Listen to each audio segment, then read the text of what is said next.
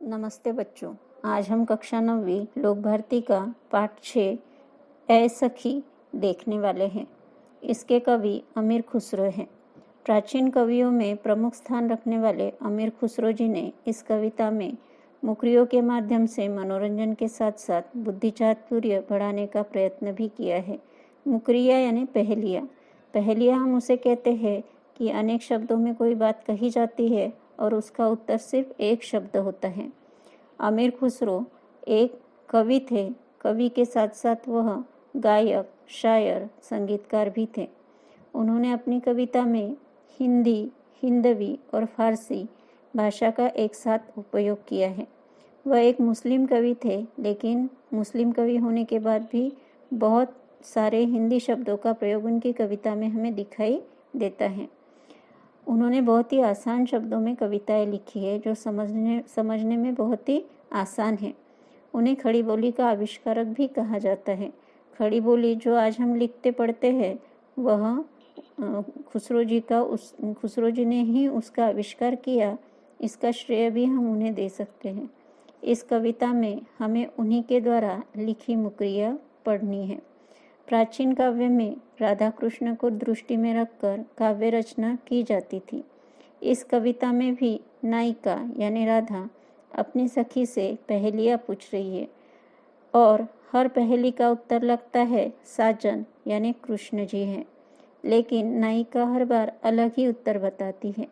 इस तरह मुखरियों के माध्यम से नायिका अपने साजन को भी याद कर रही है और पहेलियाँ पूछकर मनोरंजन भी कर रही है। तो चलिए अब हम देखते हैं पहली मुखरी। रात समय वह मेरे आवे, भोर बहे वह घर उठी जावे। यह अचरज है सबसे न्यारा, ए सखी साजन ना सखी तारा। इन पंक्तियों में आने वाले कठिन शब्द आवे यानी आना, भोर यानी सवेरा, भय यानी होना, अचरज यानी आश्चर्य, न्यारा यानी अलग। रात नायिका कहती है अपनी सखी से कि वह रात के समय ही आता है और सवेरा होने पर उठकर चला जाता है।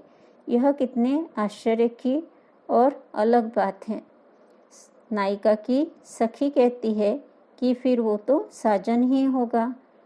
नायिका कहती है नहीं रे, वह साजन नहीं तारा है। आसान है ना समझने में।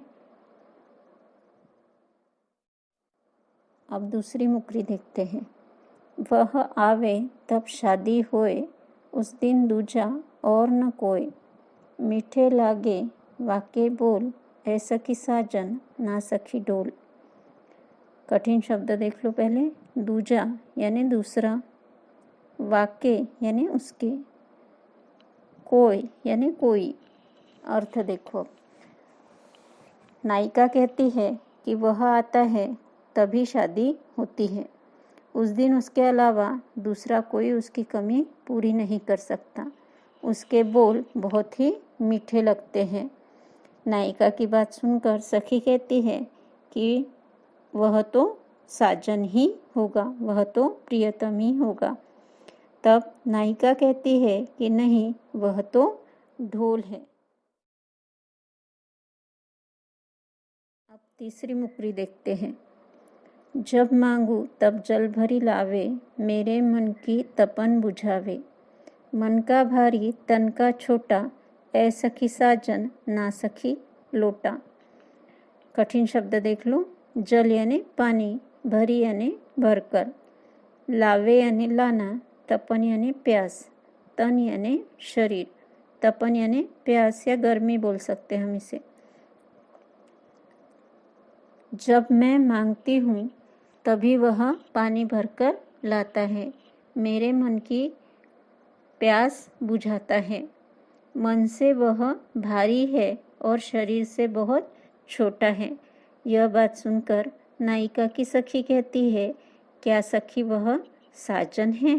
तब नायिका कहती है, नहीं सखी, वह लोटा है, क्योंकि लोटा ही पानी भरकर लाता है और नायिका की प्यास बुझाता है।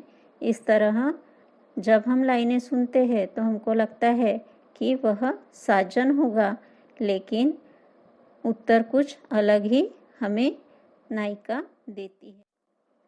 अब हम देखते हैं चौथी मुकरी। बेर बेर सोवत ही जगावे, ना जागू तो काटे खावे। व्याकुल हुई मैं हक्की बक्की, ऐ सखी साजन ना सखी मक्खी। बेर बेर यानी बार बार, कठिन शब्द नोट कर लीजिए। सोवत ही यानी सोते हुए, जगावे यानी जगाना, व्याकुल यानी बेचैन, हक्की बक्की यानी आश्चर्यचकित। नायिका कहती है अपनी सखी से कि जैसे ही मैं सोती हूँ बार बार वह मुझे जगाने लगता है, नहीं जागती हूँ तो मुझे काटने खाने लगता है।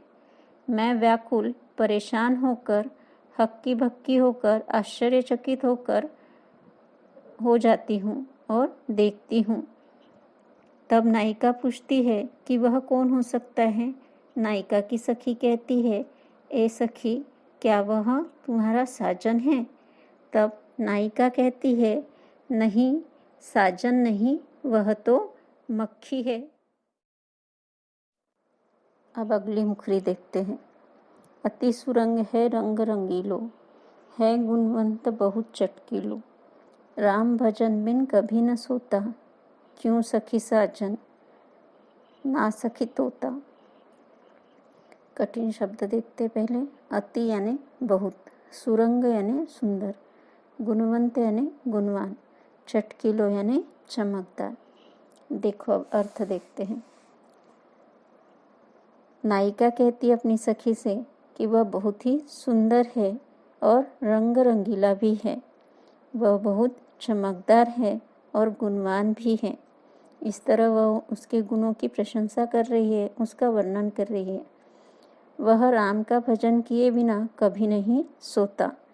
यह सब बातें सुनकर नायिका की सखी कहती है कि वह तो तुम्हारा साजन ही होगा, लेकिन नायिका कहती है कि नहीं सखी, वह साजन नहीं, वह तो तोता है। अगली मुखरी देखते अब। अर्धनिशा वह आयो भोन, सुंदरता बरने कवि कौन। निरखत ही मन भयो आनंद, क्यों सखी साजन ना सखी चंद। कठिन शब्द देखते हैं।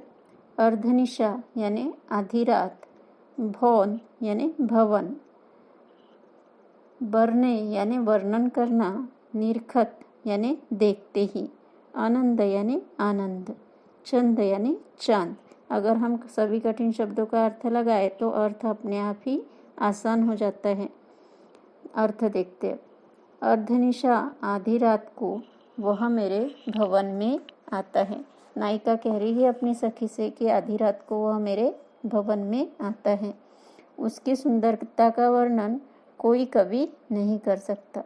वह इतना सुंदर है कि कवि के पास कोई शब्द उसकी सुंदरता का वर्णन करने के लिए नहीं हो सकते। उसे देखते ही मेरा मन आनंदित हो उठता है। तब नायिका की सखी कहती है, क्या सखी वह तुम्हारा साजन है? तब नायिका कहती है, नहीं सखी, वह तो चंद्रमा है।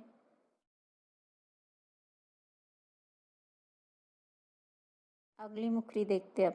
शोभा सदा बढ़ावन हारा, आखिन से चिन्ह होत न न्यारा। आठ पहर मेरो मनोरंजन, क्यों सखी साजन ना सखी अंजन। कठिन शब्द नोट कीजिए।